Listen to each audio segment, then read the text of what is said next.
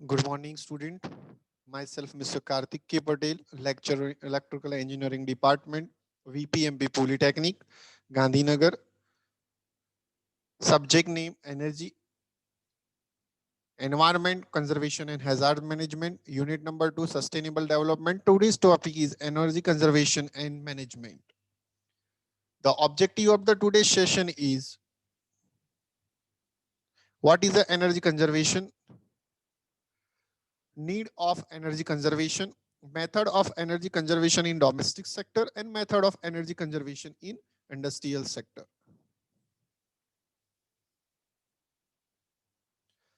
First, what is the energy conservation and why it is required? Right, it is the most important thing. Energy conservation means energy saving. और यहाँ हम जो topic पर बात करने वाले हैं वो है इलेक्ट्रिसिटी को सेव करना, राइट? क्योंकि इलेक्ट्रिसिटी कंटिन्यूअस पूरे वर्ल्ड में यूटिलाइज होती है, हमारे नेशन में भी कंटिन्यूअस इलेक्ट्रिसिटी यूज होती है। और इलेक्ट्रिसिटी प्रोड्यूस करने के लिए हमको जो कॉल का यूटिलाइज हम करते हैं, डीजल का यूटिलाइज करते हैं, पेट्रोल का यूटिलाइज करते हैं, वाटर का यूटिलाइज करते हैं, यूरेनियम का यूटिलाइज करते हैं। Get it? तो renewable and non renewable energy sources का हम कंटिन्यूअसली यूटिलाइजेशन इलेक्ट्रिसिटी प्रोड्यूस करने के लिए करते हैं। और हम एनर्जी, दैट मींस इलेक्ट्रिसिटी को सेव करेंगे तो ऑटोमेटिकली उसका प्रोडक्शन जो है वो हम कम करेंगे।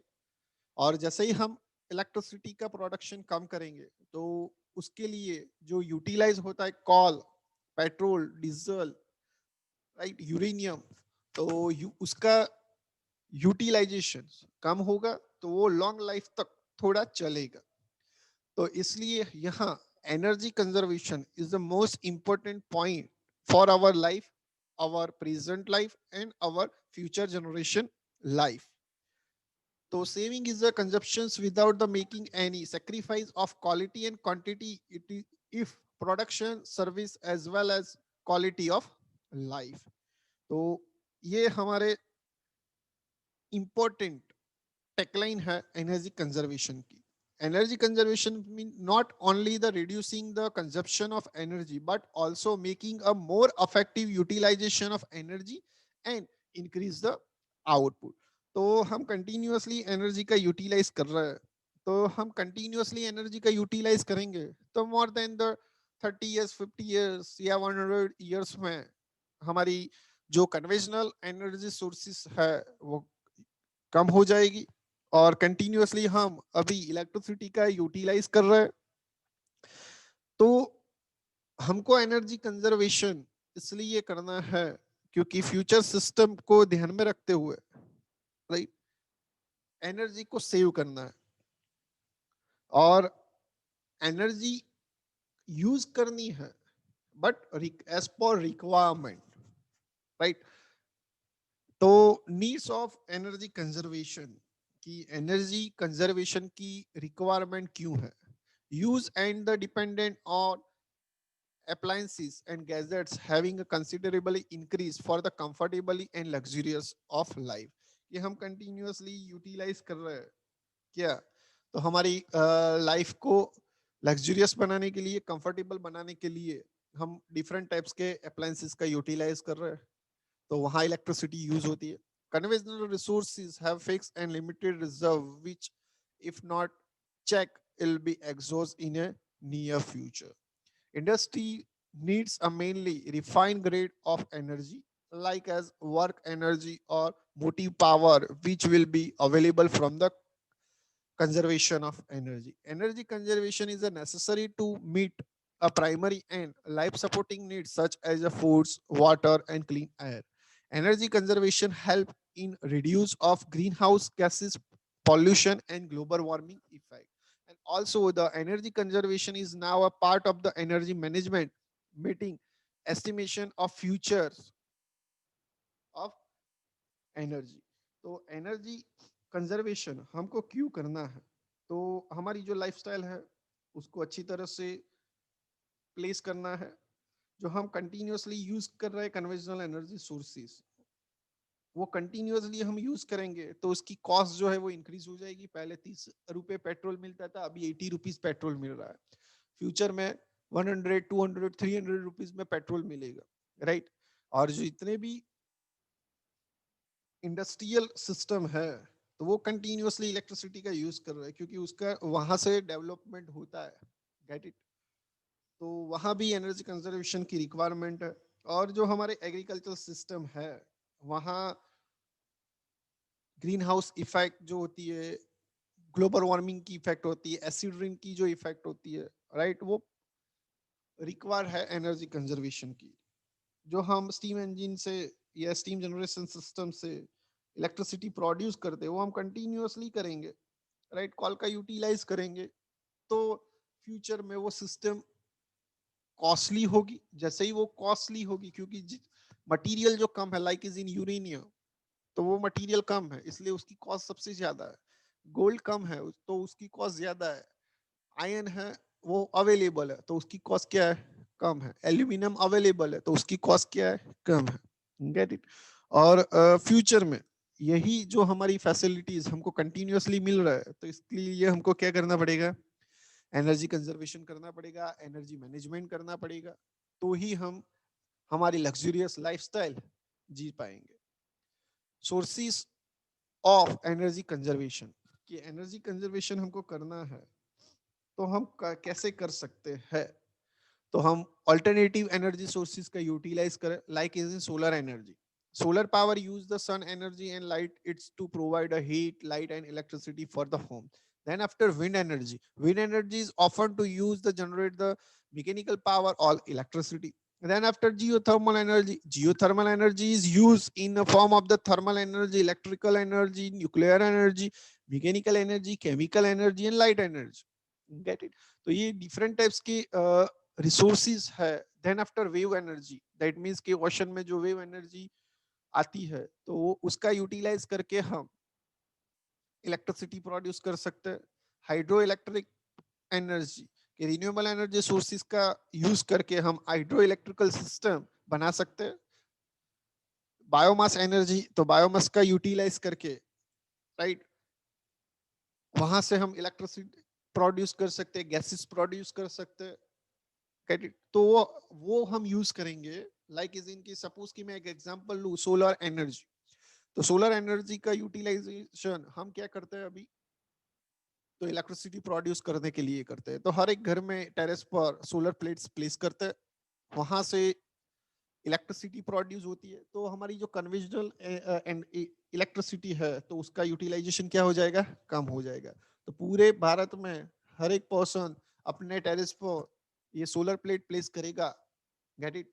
तो इलेक्ट्रिसिटी, कन्वेंशनल जो इलेक्ट्रिसिटी प्रोड्यूस हम करते हैं तो उसका यूटिलाइजेशन कम होगा। तो कॉल का यूटिलाइजेशन हम दूसरी जगह कर सकते हैं, like is in industry, gate it. तो टेक्सटाइल इंडस्ट्री में कॉल का यूटिलाइजेशन होता है, राइट, तो वहां यूटिलाइज हम कर सकते हैं। तो अच्छा डेवलपमेंट होता है और सिस्टम जो है हमारी इकोसिस्टम वो बैलेंस होगी, फाइनेंशियल सिस्टम बट बैलेंस होगी। Now first is a energy conservation in domestic sector, कि हम घर के एरिया में, राइट, कैसे इलेक्ट्रिसिटी को सेव कर सकते हैं। ये वेरी इंपॉर्टेंट है। यहाँ सबसे ज्यादा इलेक्ट्रिसिटी यूज होती है, राइट, और वेस्ट भी सबसे ज्यादा डोमेस्टिक सेक्टर में होती है। तो फर्स्ट है required the use of LPG gas. Then after use of high efficiency smokeless chula or stove in a village.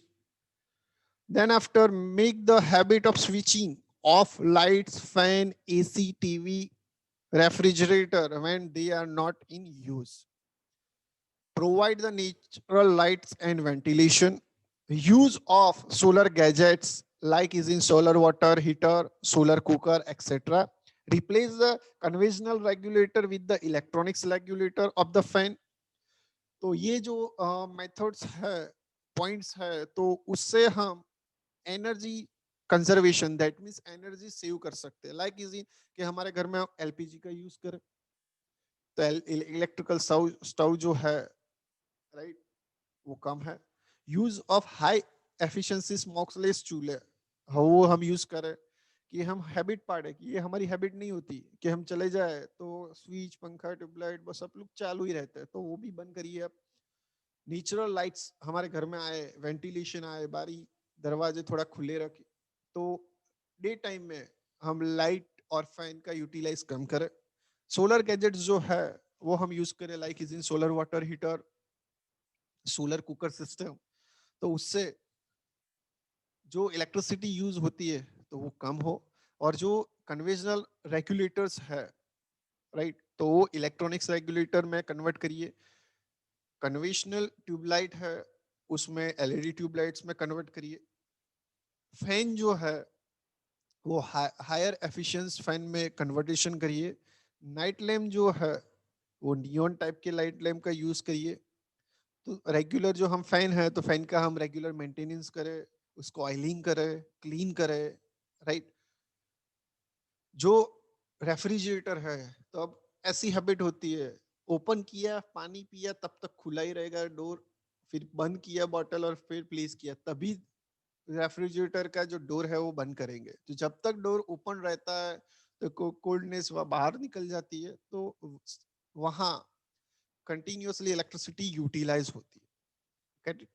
Provide the proper sealing of door and window when we are use the AC, कि हम AC use करते हैं तो बारी कहाँ खुली रहती है, राइट। तो प्रॉपर प्रॉपर सीलिंग होना चाहिए डोर और विंडो का, क्योंकि जितना एसी तब तक चालू रहेगा जब तक उसका टेम्परेचर बैलेंस नहीं होगा, राइट। तो वो हम करें। गीजर का हम यूटिलाइज कर रहे हैं, इलेक्ट्रिकल गीजर तो यूज हो जाए तो उसको इमीडिएटली स्विच ऑफ कर दीजिए। Gate it. तो ये डिफरेंट टाइप्स के एनर्जी कंजर्वेशन पॉइंट्स जो है वो हमको ध्यान में रखने हैं। तो आप देख रहे हो कि डोमेस्टिक सेक्टर, राइट, सबसे ज्यादा इलेक्ट्रिसिटी का यूटिलाइज करता है।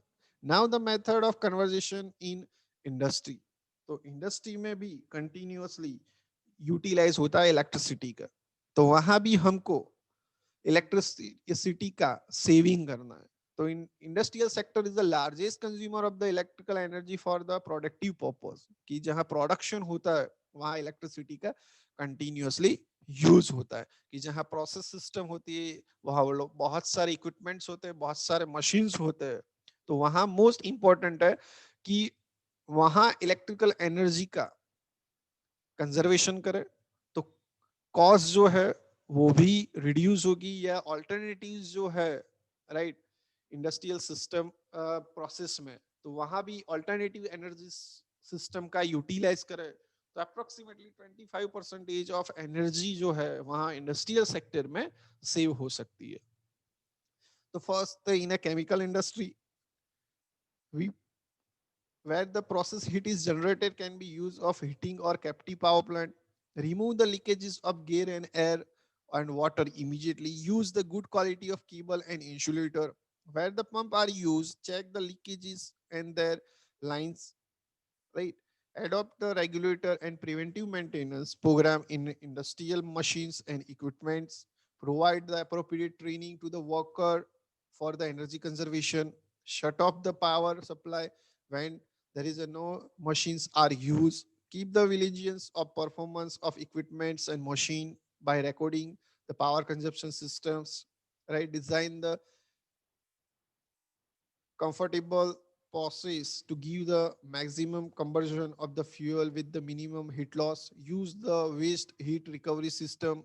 Adopt the cogeneration method to use the production of heat and waste heat. Provide the natural ventilations, light instead of the electricity operated fan and tube light.